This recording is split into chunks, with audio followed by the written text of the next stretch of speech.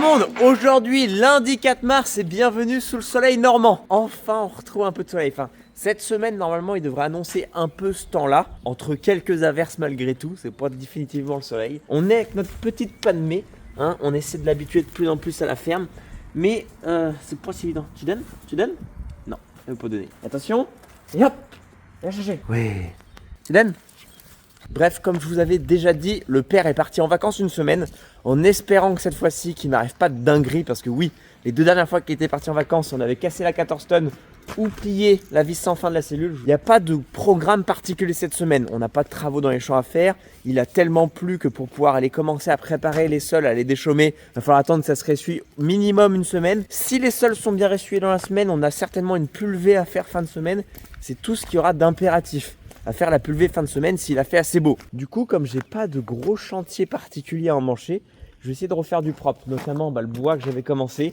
Il y a un bordel dans la cour, ça agace le père, il arrête pas de dire oh j'espère que ça va pas rester des années ici, machin. C'est vrai que ça fait bordel pas propre. T'es excité toi? Non mais il y a pas à mordre les pieds comme ça.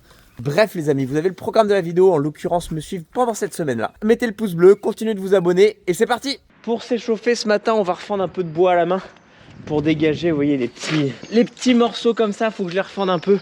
Je vais pas m'embêter à les passer à la fendeuse comme j'avais déjà expliqué, où le vérin est quand même lent à descendre par rapport. Enfin, j'ai plus de débit de chantier à le faire à la main, même si c'est plus épuisant parce que je peux enchaîner vite des petits morceaux comme ça qu'avec la fendeuse. Même des petits morceaux comme ça, la fendeuse elle descend pas assez loin pour choper des morceaux comme ça. J'ai plus de fait de faire clac, clac, clac, clac au merlin. Attendez, je vais vous montrer en faisant attention à la petite.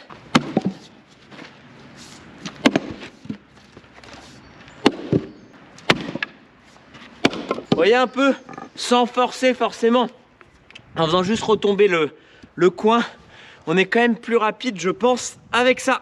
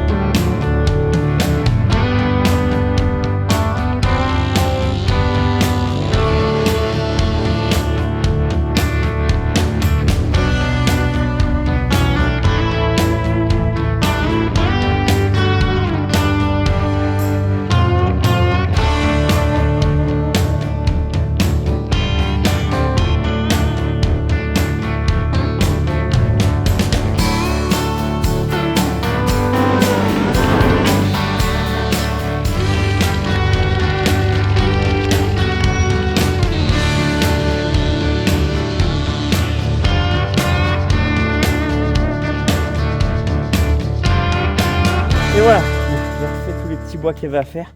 Il n'y a pas grand chose, hein. Ça m'a pris 20 minutes. Ça échauffe en prenant son temps, pas besoin. Souvent je m'excite à faire ça comme un fou le merlin pour aller le plus vite possible et tout. Mais je suis pas forcément plus rapide. Et je suis plus efficace finalement à prendre mon temps, à moins m'épuiser. Et du coup je dure plus longtemps dans le temps quoi. Logique j'ai envie de dire, l'eau ça mouille. Eh Padmé, t'es ourdé. T'es ourdé? T'es une star. Elle le sait même pas que c'est une star sur YouTube. Hein, tu le sais ou pas? Hein, t'es une star, t'es une giga star. Bah oui. Vous pouvez vous moquer de moi, vous avez raison. Mais on est complètement gaga face à ces animaux-là. Ah bah il est là près de moi. Bon, j'ai plus de fuel. Et donc j'y arrive. C'est la rude épreuve pour la tronçonneuse, mais j'y arrive. Le problème, c'est que quand je découpe, j'ai vite fait de commencer bien droit en haut. Puis quand j'arrive par ici, dériver à gauche ou à droite. Ce qui fait que quand je la prends de l'autre côté, si je dérive dans le sens inverse, et ça me fait ça, regardez. J'arrive pas à joindre les deux bouts, il y a un écart. Bref, on va arrêter pour aujourd'hui. Ça m'a déjà bien rincé le bois, je trouve que le bois c'est fatigant. Ceux qui sont bûcherons, vous devez certainement moins vous épuiser que moi, tout simplement parce que vous avez les techniques. Moi j'y vais comme une brute, j'ai pas les bonnes positions pour essayer de limiter mes efforts. Vous devez avoir les petites stratégies pour justement dépenser beaucoup moins d'énergie que moi pour la même quantité de bois couper, ça c'est sûr et certain. Il y en a, ils doivent avoir qu'une envie, c'est de venir montrer les bons gestes, c'est sûr et certain.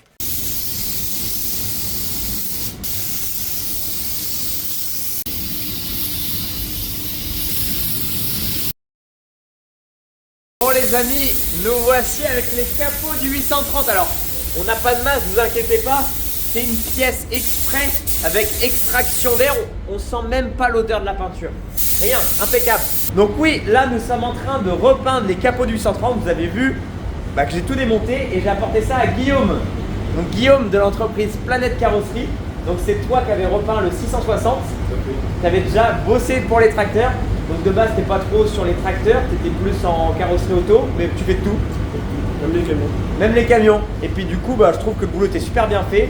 Nous, ça faisait un moment qu'on voulait repeindre le 830. Le père, la peinture avait fini par blanchir, ternir avec le temps, c'est ça?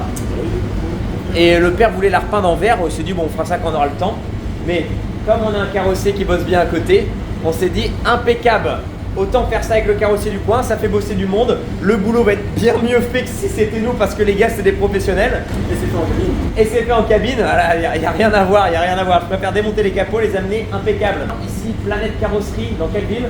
Fontenay-le-Marignon. À Fontenay-le-Marignon, Planète Carrosserie, si vous êtes dans le coin, pour n'importe quelle peinture de tracteur, vous voulez repeindre de la couleur d'origine, pour n'importe quelle marque, bref, n'hésitez pas. Je vous mets les liens en description du site, toutes les informations, même sur internet, vous tapez Planète Carrosserie, impeccable.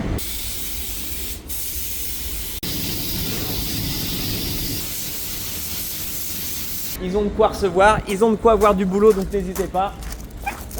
Oula, je marche dessus. Je vais marcher dessus à ma fille, vous l'avez entendu crier la pauvre. T'étais dans les pattes. Bah oui. La Planète Carrosserie ici. Vous avez l'emplacement, vous avez toutes les informations et puis impeccable. Bon les amis, je vous ai pas repris de la semaine où le père était en vacances, il est revenu. Ouais. Il y a eu des catastrophes?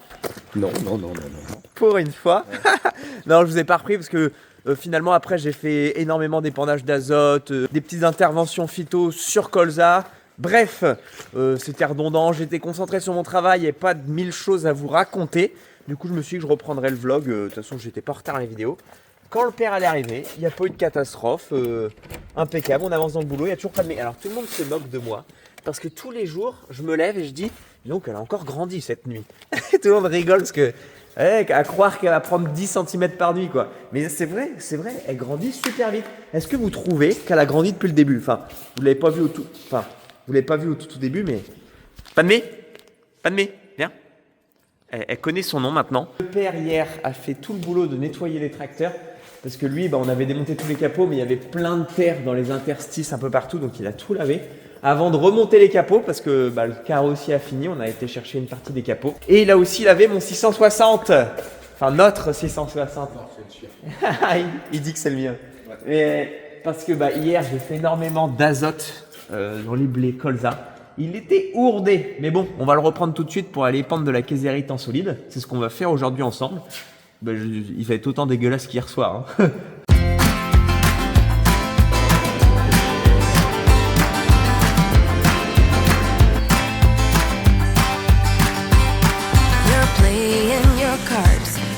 Queen of hearts, when everyone folds, your fork still holds your place in your bed, showing no regret. Close your eyes to hide your lies, roll the dice. You got me tiptoeing around you like you're made of glass. Got an invincible fence, letting everyone know not to trespass. But you're bound to break down, bound to lose, to get knocked right out of your boots when I use my witchcraft. You're playing it cool, bending all the rules, talking way too loud and you're talking rude. You're playing a game, driving me insane. Your heart is back and it's a fact, no turning back. La la la la la la la la la. Ouh là là. Ouh, quelle dure vie. Ouh, alors ça c'est dur.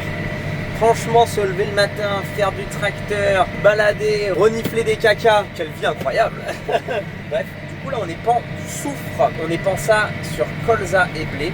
à une quantité de 135 kg par hectare. Ça va nous aider à aller chercher encore un peu plus la meilleure santé du blé et du colza et pour aller chercher les derniers quintaux quoi. On essaie toujours forcément optimiser notre rendement, apporter le maximum qu'on puisse apporter à nos cultures pour essayer d'aller chercher 1 ou 2, 3 quintaux par-ci, par-là et qui cumulés, tous ces petits gestes cumulés font qu'on va chercher vraiment une optimisation du rendement finalement quoi. À force d'avoir été chercher 1 ou 2, 3 quintaux par-ci par-là, ça équivaut à 20, 30 quintaux, vous avez compris. Donc oui, on est avec le prologue d'Agrial, donc c'est Agrial qui nous le prête. Enfin, ça coûte pas très cher, je crois que quand on le prend, c'est 6-7 € par tonne l'épandage. Donc je sais pas exactement combien ça nous coûte, mais c'est sûr que c'est bien plus rentable que d'acheter notre machin. Ça coûte cher pour les surfaces qu'on a à faire. Et franchement je l'emprunte, je mets 10 tonnes, on peut mettre jusqu'à 10 tonnes d'un coup, je fais toutes mes surfaces, je vais le rendre quoi. Donc là je l'ai rempli à fond, je vais faire tout mon blé, tout mon colza sans devoir aller refaire le plein. Donc trop pratique quoi.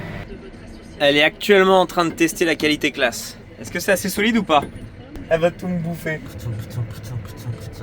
Ah, qu'est-ce qu'elle a de beaux yeux. Je dis pas ça parce que c'est mon chien mais elle est quand même magnifique. Ouais, là il y a un beau machin de tomber dans le blé. Ça fait plus de 14 mètres parce que ça dépasse la rate de pulvé. Donc il va falloir que j'y vienne là dans la semaine ou je pense la semaine prochaine. J'y vienne avec une tronçonneuse, au moins mettre ça sur le côté parce que bon quand c'est là un petit arbre ou des petites branches, bon, on évite avec le pulvé puis on évite avec la moissonneuse mais là c'est assez gros quand même. Bon allez, fini. Et après avoir utilisé l'appareil, faut le laver forcément, on le rend pas dégueulasse. On n'est pas des porciniers non plus puis ça lourde pas mal quoi. Tu viens toi? Elle vient de se réveiller à l'instant, elle vient de se lever. Ouh là là. Elle a fait un gros dodo les 3 heures de tracteur. Elle a pas bronché, elle est vraiment sage. Ouh là là. Ouh. Vous allez voir, là on vient de réveiller une tornade. Dans 2 minutes, elle fait des allers-retours partout. Vous voyez, il y a tout ça qui fait une poussière blanche pas propre qui fait vieillir l'appareil plus vite qu'il faut. Du coup nettoyage.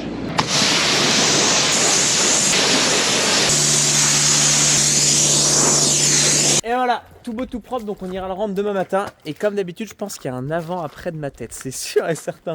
Je me vois pas, mais je me sens humide, donc oui, certainement. Et je suis bien content de ne pas l'avoir fait, parce que là, faut pas se louper. C'est un métier impeccable. Ah bah là, le tracteur, il n'y a plus qu'à lui changer les pneus. Et il aura pris 10 ans de moins, il sera comme neuf en fait.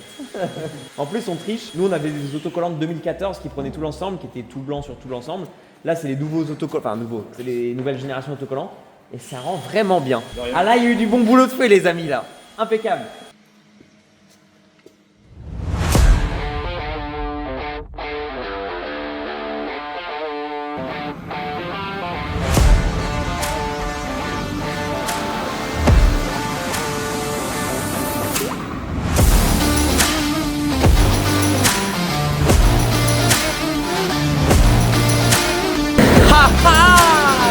Bon, va définitivement falloir peindre cette masse. Ça va pas du tout.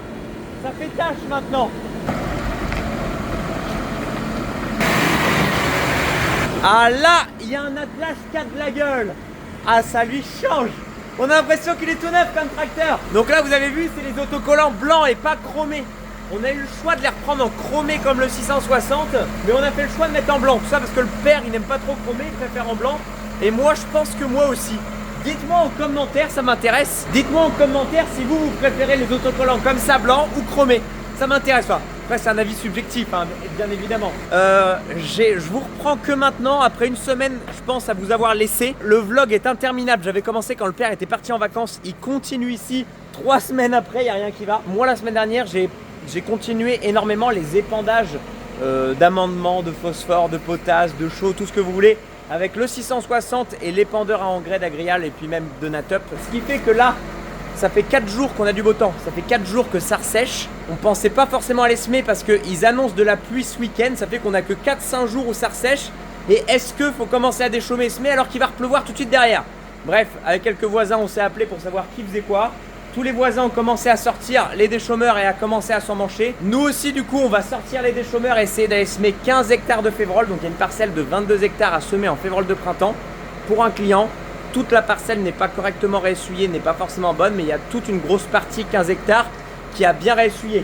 On va déchaumer devant, attendre que ça ressuie un peu et demain, tout semer avant la pluie. Donc voilà l'objectif, d'essayer de enfin réussir à semer nos cultures de printemps parce que normalement la févrole, les autres années, on est arrivé à la semer début mars. Là on arrive fin mars, après ça risque d'être trop tard pour semer la févrole de printemps. On a un créneau, on s'est emmanché rapidement à remonter les capots. C'est le père qui a terminé de remonter le capot. Moi j'avais remonté les ailes à l'arrière, capot à l'avant. Je n'ai pas forcément filmé ça parce que moi je courais à droite à gauche, comme j'ai dit, faire mes amendements avec le 660. Et maintenant les deux tracteurs de tête sont de la même couleur, attention. Bon, on est tous d'accord pour dire que c'est pas la couleur qui fait faire un meilleur boulot, c'est pas très utile. Mais bon, le tracteur avait 10 ans, la peinture avait terni, le père voulait la refaire. Ça donne un peu une meilleure gueule quoi. Donc au tirage et au travail de force, ça va être le 830 qui va faire le plus dur. Et avec le 660, on va lui mettre le semoir.